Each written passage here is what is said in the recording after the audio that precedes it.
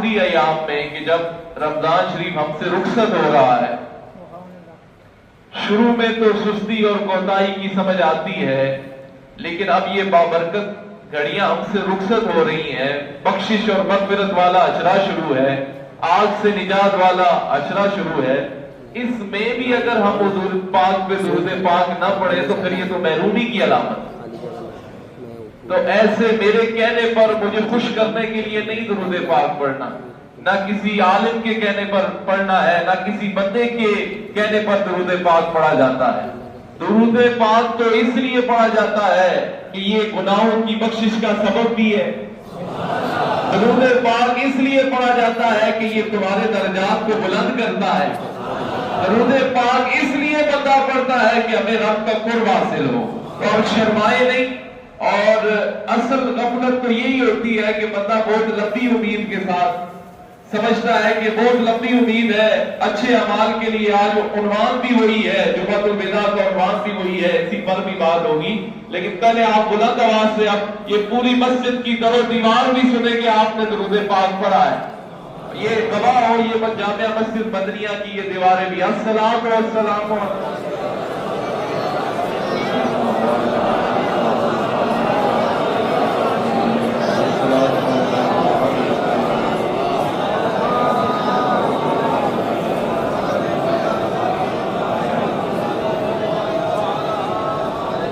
تعریفیں اللہ تعالیٰ کے لیے جو کہ خالق کائنات بھی ہے اور مالک کائنات بھی ہے۔ بعد از حمد و ثنا حضور نبی رحمت، شفیع امم، سرور کائنات، روح کائنات، اللہ کے پیارے، اس گناہگار امت کے سہارے، دکھی دلوں کے چین، سرور کونین، سبحان اللہ، سیدہ آمنہ کے دلدار، نبی مختار جناب محمد رسول اللہ صلی اللہ علیہ وآلہ وسلم کی بارگاہ اقدس میں ہدیہ و نیاز پیش کرنے کے بعد یاران طریقت، احباب علم و دانش، علماء کرام، غلامان حضور الحاج فقیر پیر ثانی سرکار، غلامان حضور الحاج فقیر پیر سلطان سرکار، سبحان اللہ، الحمدللہ ثم الحمدللہ کہ اللہ تعالیٰ نے اس بات پر پہلے شکر ادا کیجئے کہ سال بعد یہ جمعے کی گھڑیاں، پھر جمعۃ الوداع کی گھڑیاں، اور پھر ایک تسلسل جاری ہے کیونکہ کچھ جمعہ خان بھی آئے ہوئے ہیں اور روٹین کے جو معتکف یہاں پر بیٹھے ہوئے ہیں وہ تو میرے سے ہم کلام ہوتے رہتے ہیں جب سے یہ اعتکاف کی سعادت انہیں ملی ہے۔ ہر روز یہاں پر اصلاحی، تربیتی، روحانی ایک نشست کا منعقد یہاں کی جاتی ہے، یہاں پر نشست۔ تو آج کی یہ نشست جو ہے وہ اس لحاظ سے ایک تو دل ہمارا نرم ہے، ایک تو دل ہمارا افسردہ ہے۔ کیوں افسردہ ہے کہ یہ پاک گھڑیاں، یہ رحمتوں والی گھڑیاں ایسا ایسا کر کر چند گھڑیوں کی مہمان رہ گئی۔ ایک یہ ہے، دوسری طرف ہمیں ایک یہ ڈھارس بھی ہے، ایک یہ ہمیں امید بھی ہے، یقین بھی ہے کہ اللہ کی بخشش کے دروازے ہمارے لیے کھلے ہوئے۔ اور حضرت علامہ صاحب مولانا فداء الرحمان صاحب آپ بھی تشریف لائے ہیں، اور ان کو یہ معلوم تھا، ان کی بات اس لیے کر رہا ہوں، آپ نے میرے خیال سے نعت شریف پڑھی، آپ پڑھ رہے تھے میرے خیال ہے نا؟ اس سے پہلے کون پڑھ رہا تھا؟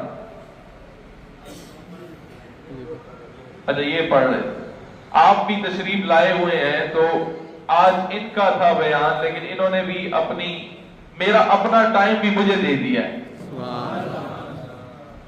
تو عرض یہ کر رہا ہوں کہ یہ گھڑیاں بڑی بابرکت ہیں، بڑی نورانی گھڑیاں ہیں۔ اگر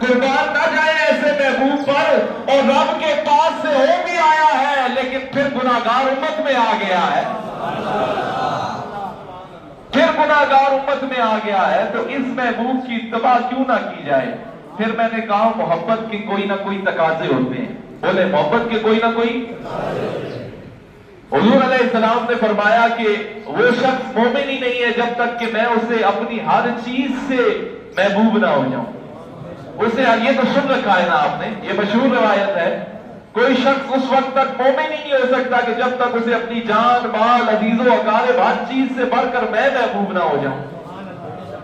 تو یہ جب فرمان حضور نے فرمایا تو حضرت عمر رضی اللہ تعالیٰ عنہ آپ کی نشست میں تھے، آپ کیونکہ ذرا سیدھے آدمی تھے نا، تو جو بات دل میں آئی کیا ڈالی، فرمایا حضور آپ مجھے ہر چیز سے زیادہ محبوب ہیں لیکن میری جان مجھے زیادہ محبوب ہے، میری بولیں کیا جان مجھے زیادہ محبوب ہے۔ تو حضور علیہ السلام نے فرمایا عمر ابھی میں ایمان کامل نہیں ہوا، ابھی ایمان مکمل نہیں ہوا، آپ فوری اپنے الفاظ کو آپ نے بدلا دیا، فرمایا حضور مجھے آپ میری جان سے بھی زیادہ محبوب ہے، فرمایا ہاں اب تمہارا ایمان مکمل ہوا ہے، اب تم کامل مومن ہوئے ہو۔ تو کیا ہے کہ محبت کے کوئی نہ کوئی تقاضے ہیں، اب یہ نہ ہو محبت کا تقاضا یہ ہے کہ ہماری زندگیاں صرف رمضان شریف کے اندر کوئی نیکی کی طرف نہ بڑھیں، یہ بات اور جو المیہ ہے جو آج کل بہت دیکھنے میں آتا ہے، بھئی صرف رمضان ہی کیوں؟ کبھی یہ سوچو بھی تو صحیح، اپنی زندگی کے اوراق دوڑاؤ اور صرف رمضان شریف کے اندر ہی کیوں آپ کو نیکی کا ایک پیدا ہوتا ہے، اپنے دل میں ایک نیکی کی طرف رغبت پیدا ہوتی ہے، نیکی کرنے کی طرف دل کرتا ہے، آپ کی نمازیں پکی ہو جاتی ہیں، آپ کے روزے پکے ہو جاتے ہیں، آپ تلاوت قرآن پاک کرتے ہیں، اور یہ رجحان صرف رمضان میں ہی کیوں؟ آج جمعۃ الوداع کے موقع پر اور جب رمضان شریف ہم سے رخصت ہو رہا ہے، ایک بات پر غور ضرور کرو، اپنی زندگی کے اوراق دوڑاؤ، اپنی زندگی پر غور کرو کہ یار یہ ہم جب رمضان شریف آتا ہے تو تب پر ہی ہم پر یہ کیفیات کیوں بنتی ہیں، ویسے عام زندگی میں کیوں نہیں بنتی؟ یہ ایک بہت بڑا المیہ ہے۔ رمضان شریف اس لیے آیا تھا کہ آئے روز نئے نئے عنوانات کے اوپر، آئے روز کے بھئی تراویحاں 8 ہے کہ 20 ہے، یہی بحثیں ہوتی ہیں۔ رمضان شریف اس لیے آتا ہے کہ جگہ جگہ جن کو دین کی کوئی علم نہیں ہے، دین سے کوئی رغبت نہیں ہے، وہ ٹی وی چینلز پر بیٹھ کر آئے روز نئے ایشوز کو چھیڑتے ہیں، نئی نئی باتوں کو چھیڑتے ہیں۔ یہ رمضان شریف اس لیے نہیں آیا تھا، رمضان شریف اختلافات کو ابھارنے نہیں آیا تھا، یہ تو عمل کروانے کے لیے آیا تھا۔ یہ دیکھیں جو جتنا اختلاف کرتا ہے نا اس نے عمل کوئی نہیں کرنا ہوتا، چاہے تراویح 8 ہیں 20 ہیں، وہ پڑھو تو صحیح نا۔ اس لیے آیا تھا رمضان شریف کہ بحثیں شروع ہو جائیں اور جو فروعی مسائل ہیں اس کو لے کر لوگ شروع ہو جائے۔ دنیا میں کام اور بھی ہے، یہی تو وجہ ہے کہ آج فلسطین کا مسلمان وہاں پر انتظار میں ہے، وہاں کے بچے انتظار میں ہیں، ہمیں اپنے انٹرنل میٹر سے ہی فارغ نہیں ہے، ہم ایک دوسرے کے فرقہ وارانہ تضادات سے ہی فارغ نہیں ہے، ہم ایک دوسرے کی جڑیں کاٹنے سے ہی فارغ نہیں ہے۔ اور فلسطین کے مسلمانوں کو وہ تب فائدہ ہوگا جب آپ ایک امت بنیں گے۔ ہمیں انٹرنل لیول پر محلے کی لیول کی پالیٹکس کا کچھ پتہ نہیں ہے، یہاں پر ہم اختلافات میں پھنسے ہوئے ہیں۔ تو 57 جو ممالک ہیں وہ کیسے ایک ہوں گے بتائیں مجھے؟ ہم ادھر اپنی گاؤں کی سطح سے نہیں اٹھتے، شہر کی سطح سے نہیں اٹھتے، اس نچلے لیول کا انٹرنل لیول کا اتفاق اتحاد موت نہیں ہے، تو جو ایکسٹرنل لیول ہے، انٹرنیشنل لیول ہے، انٹرنیشنل کمیونٹی والا لیول ہے، وہاں ہمارا کیا کام ہوگا؟ تو فلسطین کے مسلمانوں کے لیے دعا بھی کیجئے۔ اصل فلسطین کے مسلمانوں کو مزہ تب آئے گا، ان کی مدد تب ہوگی جب آپ کے آپس میں محبتیں ہوگی، ایک امت بنیں گے تو تب ان کو فائدہ ہوگا۔ بولے ایک امت بنیں گے تو فائدہ ہوگا، میں نے اور کبھی کسی کی گارنٹی نہیں دی.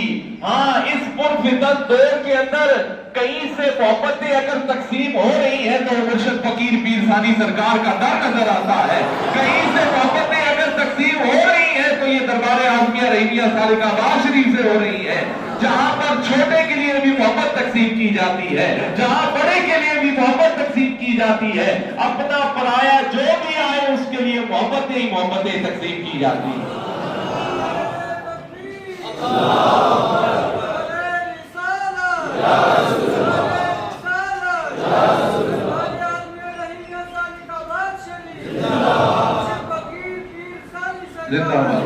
تو عرض یہ کر رہا ہوں کہ گراؤنڈ لیول پر پہلے چیزوں کو لے کر چلنا ہوگا, اور وہ اگر کوئی لے کے چل سکتا ہے تو وہ یہ اولیاء کرام کی زندگیاں یہ لے کے چل سکتے ہیں. یہ اس دل میں بھی محبت ڈال دیتے ہیں جہاں محبت کبھی تھی ہی نہیں. یہ پاور صرف اولیاء کے پاس ہے. تو عرض کرنے کا مقصد یہ ہے, پھر ساتھ دیکھیں ہم دعا ہی کر سکتے ہیں, ہم صاحب اقتدار نہیں ہیں, ہم صاحب منصب نہیں ہیں, ہمارے پاس اختیارات نہیں ہیں, لیکن فقط ہم اپنے بھائیوں کے لیے دعا تو کر سکتے ہیں. آخر میں دعا ہی بچتی ہے, کیونکہ حضور نے فرمایا کہ یہ امت جو ہے یہ ایک جسم کی مثال ہے, جب اس کے ایک عضو میں درد ہوتا ہے تو پورے جسم میں درد ہوتا ہے. فلسطین والے جو ہے وہ ہمارے بھائی ہیں اور وہ ایک جسم کی طرح ہے. جب انہیں وہاں پر تکلیف پہنچتی ہے تو ہمیں بھی, مگر ہم مجبور ہیں. یہ تو جو صاحب اقتدار ہیں, صاحب منصب ہیں, اللہ تعالیٰ انہیں غیرت نصیب کرے کہ وہ اس حق میں آواز کو اٹھائیں. فقراء تو دعا کرتے ہیں, اور صرف یہ پاکستان لیول پر نہیں, اللہ تعالیٰ جہاں پر اہل عرب کو خاص طور پر اور جتنے اسلامی ممالک ہیں, آل 57 جو اسٹیٹس ہیں, مسلم نیشنز ہیں, ان سب کو توفیق دے کہ وہ ایک جگہ ہو کر اگر آواز آج بھی اٹھا دینا تو یہ تو کوئی مسئلہ ہی کوئی نہیں ہے فلسطین والے. لیکن مسئلہ یہ ہے کہ اللہ تعالیٰ غیرت نصیب فرمائے اور اس امت, اس اپنے فلسطین والے بھائیوں کا درد نصیب فرمائے, تب یہ معاملہ ہوگا. اور صرف اس لیول پر نہیں ہوگا, انٹرنیشنل لیول پہ جب ہوگا تو تب مزہ آئے گا, جب انٹرنیشنل کمیونٹی میں ہوگا تب مزہ آئے گا. صرف پاکستان کے کرنے سے کچھ حاصل نہیں ہوتا.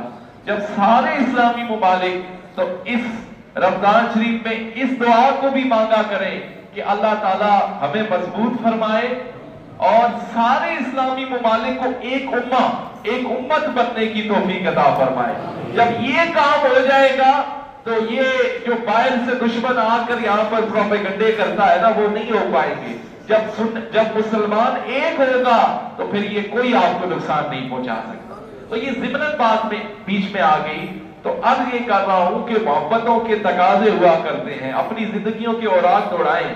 اب جب سے یہ رمضان شریف شروع ہوا ہے, رمضان شریف یہ ایسا مہینہ ہے کہ جس میں جہنم کے دروازے بند کر دیے جاتے ہیں اور جنت کے دروازے کھول دیے جاتے ہیں. جہنم کے دروازے بولے کیا کر دیے جاتے ہیں, بند کر دیے جاتے ہیں, اور جنت کے دروازے کھول دیے جاتے ہیں. اور ایک طرف اب دیکھیں جمعۃ الوداع ہے, رمضان شریف ہم سے رخصت ہو رہا ہے. ہم نے یہ دیکھنا ہے کہ اپنی زندگی میں مثبت تبدیلی کیسے لانی ہے. کیا کرنا ہے بھائی, چینجز کیسے لانے ہیں, مثبت تبدیلی. ہم میں کون کون سی کمیاں رہ گئی ہیں, کون کون سی ہم میں خرابیاں رہ گئی ہیں, کون سی جگہ پر ہم سستی کرتے ہیں. تو اب جو چند گھڑیاں رہ گئی ہیں, پہلے بھی آپ نے یقیناً اس بات پر غور و فکر کیا ہوگا. دیکھیں رمضان شریف تو آیا ہی اس لیے, جب آپ روزہ رکھتے ہیں کبھی اس روزے کے مقصد کو سمجھا ہے کہ یہ روزہ کیوں رکھا جاتا ہے. اور یہ روزہ کوئی بھوک پیاس کا نام نہیں ہے, صرف بس بھوکے رہ کے منہ بند کر لینے کا نام نہیں ہے. روزہ تو یہ تھا کہ جب تمہارے سامنے اللہ کی نعمتیں پڑی ہوئی ہیں, ان سب کے باوجود بھی تم یہ دیکھ رہے ہو کہ میں اس چیز کو ہاتھ نہیں لگاتا کہ اللہ مجھے دیکھ رہا, کہ اللہ مجھے. تو اب میں یہ پوچھتا ہوں کہ یہ کیفیت صرف رمضان شریف میں ہی کیوں بنتی ہے؟ یہ اللہ کیا ویسے نہیں دیکھتا, رمضان کے علاوہ نہیں دیکھتا؟ تو معلوم ہوا کہ یہ غور و فکر کے لیے آتی ہے، یہ سال بعد یہ عبادات آتی ہیں، یہ تمہیں غور کرنے کے لیے، غور و فکر کرنے کے لیے۔ صحت کے لحاظ سے سائنٹیفکلی تو روزے کے فائدے ہے ہی ہیں، اس طرف نہیں جا رہا۔ اصل جو مقصد تھا روزے کا کہ جب تمہارے پاس چیز پڑی ہے، پھر ایک اور مقصد روزے کا مقصد یہ بھی تھا کہ جب تم اتنا کچھ ہونے کے باوجود بھوکے ہو، اب تمہیں بھوک کا احساس ہو رہا ہے کہ جب جن لوگوں کو یہ نعمتیں میسر نہیں آتی ان کا عالم کیا ہو۔ روزہ اس لیے تھا کہ اس بات پر بھی غور و فکر کرو کہ یہ جو 24 دن 25 دن ابھی ہم لوگ بھوکے رہے ہیں، تو اس دورانیے میں جو ویسے زندگی گزر رہی ہے کہ جن بچوں کو کھانے کے لیے نہیں مل رہا، جن بچوں کو پینے کے لیے نہیں مل رہا، جن بچوں کا پوچھنے والا کوئی نہیں ہے، جو یتیم ہے، مسکین ہے، وہ جب بھوکے رہتے ہوں گے عام زندگی میں تو ان کا عالم کیا ہوتا ہوگا۔ تو روزے کا مقصد یہ تھا، یہ ایک الٹیمیٹم آتا ہے، سال بعد اللہ تعالیٰ نے اس امت پر رحم کیا ہے، اس امت پر ایسا یہ رمضان شریف کا مہینہ نازل اس لیے ہی کیا ہے کہ میرے بندے اس بات پر غور کریں، غور و فکر کریں کہ بھئی عام زندگی میں پھر جو لوگ جو باتیں ان پر بنتی ہیں، عام زندگی میں لوگوں پر بنتی ہوگی تو ان کا کیا ہوتا ہوگا۔ پھر اللہ کا شکر ادا کیجئے کہ اللہ تعالیٰ نے رمضان جیسی برکتیں اس امت کو عطا فرمائی۔ ذرا اونچا کہیں نا سبحان اللہ۔ حضور علیہ السلام نے جب یہ دیکھا نا کہ بھئی اس امت کی عمریں تو کم ہیں اور پچھلی امتیں جو گزرتی تھی ان کے لوگوں کی امتیں بہت زیادہ ہوتی تھی، اس کا مطلب ہے عمریں زیادہ ہیں تو ان کی عبادات بھی زیادہ ہوتی ہوں گی، ایسا ہی ہے۔ تو جب حضور کے دل میں یہ خیال آیا کہ میری امت کی جو لوگ ہیں ان کی عمریں تو کم ہیں، تو جب یہ ذرا سا خیال ہی آیا نا تو فوراً حضرت جبریل علیہ السلام آ گئے اور آ کے فرمایا، اے اللہ کے محبوب آپ غمگین نہ ہو، آپ کی امت کے لوگوں کی عمریں تو کم ہیں لیکن ہم اس امت کو رمضان شریف کے اندر ایک ایسی رات دے دیں گے جسے لیلۃ القدر کہتے ہیں، ایک ایسی رات دے دیں گے کہ جس میں یہ عبادت کریں گے تو 1000 مہینوں سے بھی افضل والی رات ہے، وہ 1000 مہینوں سے افضل رات ہے لیلۃ القدر۔ ان کو ایک ایسی رات دے دیں گے کہ جس میں وہ اگر بخشش طلب کریں گے تو ہم انہیں بخش دیں گے، ہم انہیں بولے کیا کر دیں گے۔ تو وہ رات بھی آ رہی ہے، اس کا تھوڑا سا بیچ میں آگے چل کر میں تھوڑا ذکر کروں گا، لیکن اس کے لیے الگ نشست جو اگر آپ کو بہت شوق ہے نا تو ایویں آ رہی ہو، میرا اسے روز 2 بجے بیان ہونا ہے جو باہر سے آئے تھے، ابھی تو اپنے وقت کو بھی ملحوظ خاطر رکھنا ہے، بہت ساری باتیں ہوتی ہیں، ابھی 2 بج گئے ہیں، یہ تو ابھی سمجھے کچھ شروع ہی نہیں کیا، ابھی تو میں سمجھے فلمتی بول رہا ہوں، اس پاس سے میں آیا ہی کوئی نہیں ہے۔ یہ تو مشائخ کا کرم ہے نا، رحمتوں کی بارش ہے، جس نے ویسے سننا ہوا وہ ویسے آئے، کسی روز آئے، یہاں کے مناظر دیکھے، یہاں آ کے اعتکاف والوں کے ساتھ بیٹھے، اس درس کے اندر بیٹھے، تو پھر اصل فیض تو اسے تب پتہ چلے گا نا مرشد فقیر پیر ثانی سرکار کا۔ تو یہ ابھی تو میں بہت مختصر وقت کے اندر چیزوں کو سمیٹنے کی کوشش کر رہا ہوں۔ تو اس بات کی طرف آتے ہیں کہ اب کچھ چند گھڑیاں رہ گئی، آخری اشرہ رہ گیا، اس میں ہم نے کیا کرنا ہے؟ مثبت تبدیلی کی طرف سوچنا ہے، مثبت، اونچا بولو بھائی، مثبت تبدیلی کی طرف سوچنا ہے، اپنے نفس کا محاسبہ کرنا ہے کہ یار یہ کیا کمی رہ گئی ہے اور کیا کیا چیزیں ہیں جن میں ہم میں کمی ہے، اس بات پر غور کرنا ہے، فکر کرنا ہے، تدبر کرنا ہے۔ قرآن پاک بھی یہی کہتا ہے کہ علم والوں کے لیے، غور والوں کے لیے، تدبر کرنے والوں کے لیے نشانیاں ہیں۔ تو اپنی زندگی پر بھی غور کیجئے، اپنی زندگی پر غور کیجئے کہ آیا کہ ہم میں کون کون سی کمیاں تھی، رمضان شریف میں ہم نے اس پر ورک کیا اور اب ہم نے ان کمیوں کو کم نہیں رہنے دینا بلکہ کامل کر لینا۔ حضور علیہ السلام نے فرمایا کہ اللہ کو وہ عمل پسند نہیں ہے جو تسلسل کے ساتھ نہ ہو، اللہ تسلسل کو پسند فرماتا ہے، اللہ استقامت کو پسند فرماتا ہے۔ تو میں اللہ سے یہ دعا کرتا ہوں میرے لیے بھی اور آپ کے لیے، جو کیفیات ہماری رمضان شریف میں بنتی ہیں، جو کیفیات اور نیکی کا ایک رجحان رمضان شریف میں بنتا ہے، اللہ تعالیٰ ہمیں اس میں زندگی بھر کے لیے استقامت نصیب فرمائے۔ تو آپ نے سب سے پہلے استقامت کے ساتھ، تسلسل کے ساتھ جو چیزیں آپ کی زندگی میں امپلیمنٹ ہو چکی ہیں، اس اشرے میں ہو چکی ہیں، پچھلے سارے دنوں میں ہو چکی ہیں،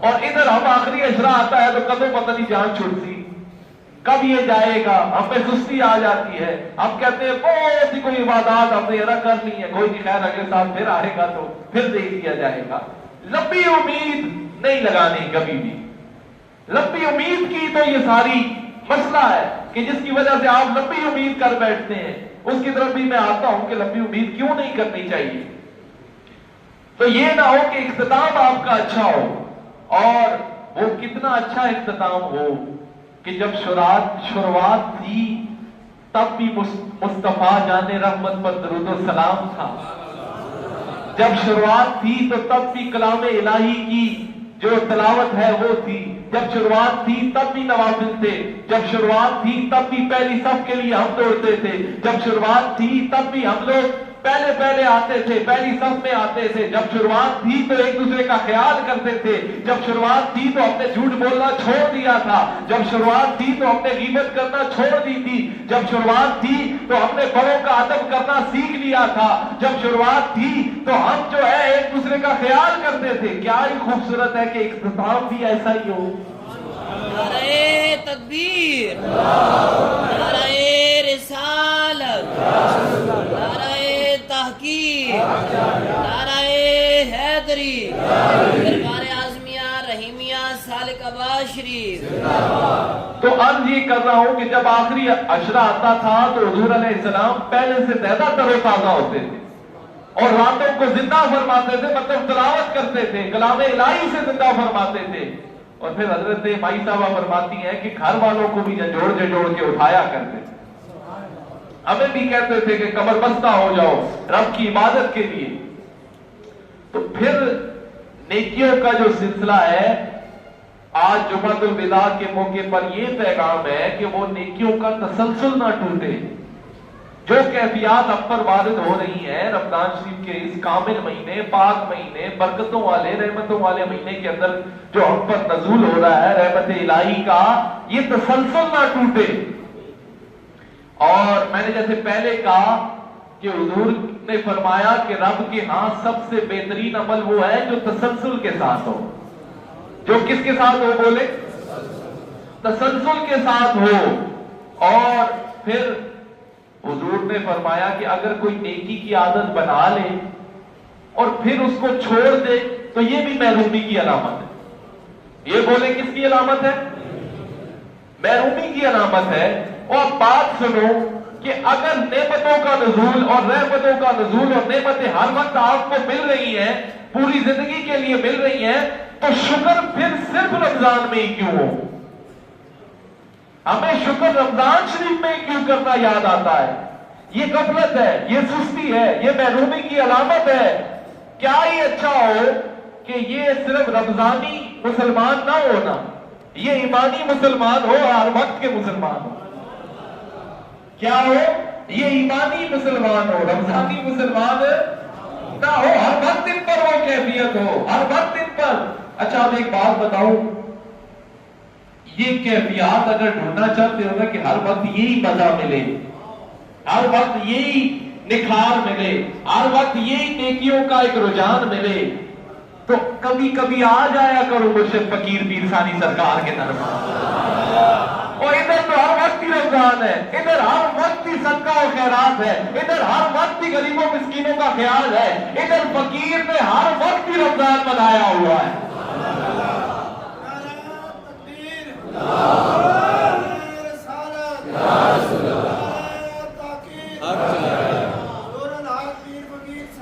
زندہ باد۔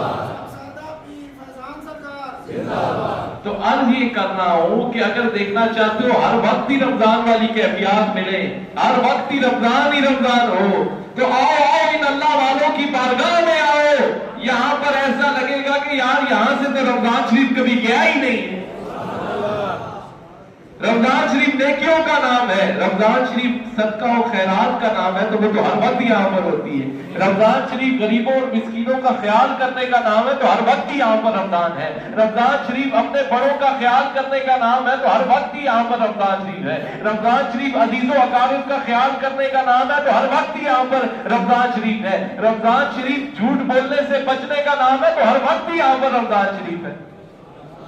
تو یہ موسم بہار اگر ویسے بھی زندگی میں دیکھنا چاہتے ہو تو کبھی کبھی آ جایا کرو اس آستانے پر، اور یہاں پر ہر وقت میں رحمتوں کا نزول نظر آئے گا، ہر وقت آپ کو یہاں پر۔ اصل یہ ہے کہ اپنے اندر کو پہچانو، اپنی روح کو پہچانو، اپنی روح کو تر و تازہ کرو کلام الہی سے، اپنی روح کو تر و تازہ کرو حضور علیہ السلام پر درود پڑھنے سے۔ اپنی روح کی پہچان کرنے کی ضرورت ہے۔ یہ جو روح ہے نا، یہ رب کا امر ہے، اور یہ روح آپ کے جسم میں پھنسی ہوئی ہے، یہ آپ کے وجود میں پھنسی ہوئی ہے، اور اس کو وہ میٹھی باتیں سننے کا دل کرتا ہے۔ اس کا وہ عالم ارواح میں جب یہ روح تھی تو یہ اس کی طرف لوٹتی ہے، یہ آپ کو کھینچتی ہے۔ دیکھیں، ہر انسان کے اندر اللہ نے، ہر مسلمان مومن کے اندر ہدایت اللہ نے لکھی ہوتی ہے۔ بولے، ہدایت کی طرف وہ آنا چاہتا ہے، اندر سے اس کو ایک آواز آتی ہے، جب بھی وہ برا کام کرتا ہے تو اندر سے ایک الارم بجتا ہے کہ یار نہیں یہ غلط ہے۔ اچھا، اس پر بڑے مزے کی بات میں کرتا ہوں تو میرے حضور قبلہ اعظم بھی خوش ہوتے ہیں، وہ بھی آپ کو سنا دیتا ہوں۔ میں نے کہا کہ ہر بندے کے اندر، ہر مومن کے اندر ہدایت ہوتی ہے۔ رب فرماتا ہے کہ جب میں کسی کو ہدایت دینا چاہتا ہوں، جب میں کسی کو، اونچا بولو بھائی، دیکھیں بول میں رہا ہوں، تھکے ہوئے آپ بیٹھے ہیں، ایک دم ہاتھ اٹھا کر کہے نا سبحان اللہ۔ تو رب فرماتا ہے کہ جب میں کسی کو، علامہ صاحب آپ بھی یہ بات سنیں، حضور قبلہ عالم بھی اس بات پر بڑے خوش ہوتے ہیں۔ رب فرماتا ہے کہ جب میں کسی کے لیے ہدایت لکھ دیتا ہوں نا، یا کسی کو ہدایت پر لانے کا ارادہ کرتا ہوں، تو میں اس کو گھسیٹ کے اپنی جانب کر لیتا ہوں، میں اسے روح کے اپنی جانب کر لیتا۔ اچھا، اب یہ بات آپ کو اب سمجھ آئے گی، اس کو کھولتا ہوں کہ یہ کیا مطلب ہے۔ آپ سنتے رہتے ہیں اولیاء کے پاس، غوث اعظم کے پاس ایک چور آیا وہ کتب بن گیا۔ اولیاء کے پاس لوگ آتے ہیں، جب کوئی چھوٹا آتا ہے بڑا بن جاتا ہے، جب کانٹا آتا ہے گلاب بن جاتا ہے، جب کوئی جھوٹا آتا ہے سچا بن جاتا ہے، جب کوئی برا آتا ہے اچھا بن جاتا ہے، جب کوئی گستاخ آتا ہے ادب والا بن جاتا ہے۔ یہ سنتے رہتے ہو یا نہیں سنتے رہتے؟ بڑے بڑے اولیاء کے واقعات سنتے رہتے ہو۔ غوث اعظم کے پاس چور آیا، وہ کتب بنا کے انہوں نے بھیج دیا۔ اب یہ جو بات میں نے کی کہ اللہ جب کسی کو ہدایت دینا چاہتا ہے تو اس کو گھسیٹ کے اپنی جانب کر لیتا ہے، تو اب یہ بات سنو اور دل میں ٹھنڈک ڈالو۔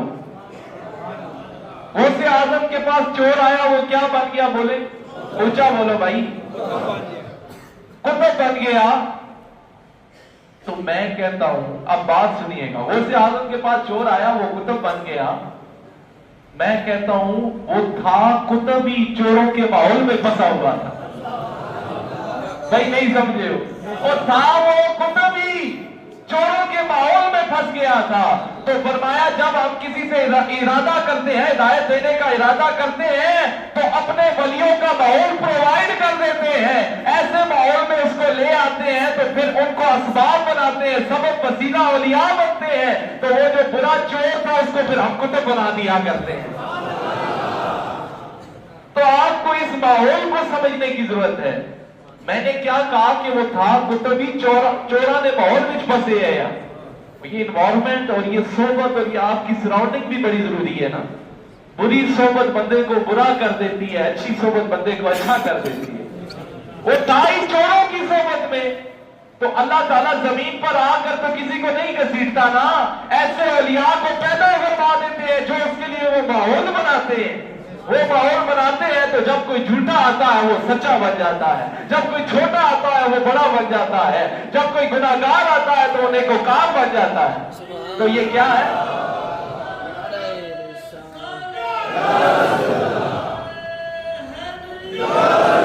جزاک اللہ جی، زندہ باد، زندہ باد سرکار، زندہ باد، زندہ باد۔ تو جزاک اللہ جی، آپ نے نعرہ بھی لگا دیا، میرے خادم سے بھلے بیٹھے کہ میں سا بھی بچ کے اللہ ہو، اللہ ہو، اللہ ہو، اللہ ہو، اللہ ہو، اللہ۔ ایسا بندے کے لیے ماحول بنا دیتا ہے کہ ایسے ولی کامل کے ہاتھ میں ہاتھ وہ دے دیتا ہے۔ میں نے عرض کی وہ تھا تو کتبی چوروں کے ماحول میں پھنسا ہوا تھا. تو اللہ تعالیٰ جب رحمت کا کسی کے لیے ارادہ کرتا ہے, کسی کو ہدایت دینا چاہتا ہے, تو ایسے مشائخ کا اس کے لیے ماحول پرووائڈ کر دیتا ہے. جب وہ ان آستانوں پر, جب ان اللہ والوں کے پاس آتے ہیں تو پھر اللہ انہیں ہدایت نصیب فرماتا ہے, ان کو ہدایت دیتا ہے. پھر میں نے یہ کہا کہ یہ جو مثبت تبدیلی ہے, یہ جو چینجز ہیں, یہ آپ کی زندگی میں ویسے بھی نظر آنے چاہیے. جمعۃ الوداع پر یا یہ جو آخری ایام چل رہے ہیں رمضان شریف کے, اور یہ آستانے سے یا مشائخ سے یہی سبق ملتا ہے کہ جو کیفیات کا نزول, جو کیفیات آپ پر وارد ہوتی ہیں رمضان شریف میں, ان کا مشن یہ ہوا کرتا ہے, ان اصلاحی نشستوں کا, ان تربیتوں کا مشن یہ ہوا کرتا ہے کہ بندے کا وہ ماحول جو اس کے اندر دین کی طرف حرارت, جو ایمانی جذبہ پیدا ہوا ہے, وہ پوری زندگی کے لیے پیدا رہے, وہ باقی کی زندگی کے لیے پیدا رہے. اس میں 3 باتیں جو عرض کرنا چاہتا ہوں. حضور علیہ السلام مسجد میں تشریف لائے اور آپ منبر کے پہلے زینے پر چڑھے اور کہا آمین. اور کیا کہا؟ آمین. پھر دوسرے پر اسی طرح تشریف فرما ہوئے, پھر کہا آمین. اسی طریقے سے جب تیسرے پر چڑھے تو پھر کہا آمین. تو صحابہ نے عرض کی حضور آج جو یہ عمل دیکھا ہے اور آپ کو ہم نے سنا ہے آمین کہتے ہوئے, تو اس کی وجہ کیا ہے؟ تو حضور علیہ السلام نے فرمایا حضرت جبریل علیہ السلام میرے پاس آئے تھے اور آپ نے فرمایا, یہ آخری بات میں ختم کر رہا ہوں, میرے خیال سے ٹائم گزر چکا ہے, صرف یہ 3 فرامین سن لیجئے. آپ آئے اور آ کر عرض کیا حضور جو شخص اس رحمت کے مہینے میں بھی, پہلا فرمان جس پر حضور نے آمین کہا, جو شخص اس رمضان شریف کے مہینے میں بھی رب سے اگر اپنی بخشش نہیں کروا سکا تو وہ محروم ہو گیا, وہ محروم ہو گیا. پھر دوسری بات کیا فرمائی کہ وہ شخص بھی محروم ہے کہ جس کے سامنے آپ کا ذکر ہوا اور اس نے آپ پر درود السلام نہ پڑھا. وہ شخص بھی محروم ہوا کہ جس نے آپ کا ذکر سنا اور آپ پر درود السلام نہ پڑھا ہوا. بلکہ حضور نے فرمایا کہ بخیل ہے وہ شخص جس کے سامنے میرا ذکر کیا جاتا ہے اور مجھ پر درود پاک نہیں پڑھتا. پھر تیسرا فرمایا کہ جس کے والدین بڑھاپے میں پہنچے اور اس نے ان کی خدمت نہ کی تو وہ بھی محروم ہو گئے. تو ان 3 چیزوں سے بچے. لیکن اس میں جو سب سے پہلی چیز ہے, جو یہ میری ساری گفتگو جس کے ارد گرد گھومتی رہی ہے, کہ رمضان شریف اس کے پاس آیا اور وہ اپنی بخشش نہ کرا سکا, وہ اپنی بخشش نہ کرا سکا. تو یہ محرومی کی علامت ہے, یہ دوری کی علامت ہے. تو ایسے مشائخ کی بارگاہ میں آنے سے, ہمارے مشائخ کی بارگاہ میں آنے سے بندے کو وہ ماحول ملتا ہے, بندے کو وہ خشیت الہی ملتا ہے, بندے کو وہ قرب الہی ملتا ہے. یہ کیا ہے؟ یہ ہمارے مشائخ کا خلوص ہے. یہ ہر جگہ نہیں ملتا. خلوص اپنا اپنا ہوتا ہے, اخلاص اپنا اپنا ہوتا ہے. یہ ہمارے مشائخ کا اخلاص ہے, خلوص ہے, نیک نیت ہی ہے کہ جو اس نگری میں پیر رکھتا جاتا ہے اللہ اس کے لیے ہدایت نہیں دیتا, اللہ اس کے لیے ہدایت. یہ کیا ہے؟ یہ وہ ماحول ہے, یہ وہ ماحول ہے جو اللہ پرووائڈ کرتا ہے اپنے بندوں کو کہ آؤ آؤ ان ولیوں کی بارگاہ میں آؤ, آؤ آؤ مرشد فقیر پیر ثانی سرکار کے پاس آؤ, آؤ آؤ مرشد فقیر پیر سلطان سرکار کے پاس آؤ, اور آؤ آؤ تمہیں یہاں وہ ماحول ملے گا جو اکابرین والا ماحول ہے, وہ ماحول ملے گا جو حضور کے دور کے ساتھ جڑا ہوا ماحول ہے, وہ ماحول ملے گا کہ یہاں سے تمہیں صدیقی خوشبو بھی آئے گی, اور یہاں سے تمہیں فاروقی خوشبو بھی آئے گی, یہاں سے تمہیں عثمانی خوشبو بھی آئے گی, اور یہاں سے تمہیں حیدری خوشبو بھی آئے گی. آؤ آؤ یہ ماحول لو, آؤ آؤ. تو یہی آج کے جمعہ شریف کا اور اس دربار عالمیہ رحیمیہ سالک آباد شریف کی مشائخ کا یہی ہے کہ اپنا محاسبہ کیجئے, تزکیہ نفس کیجئے,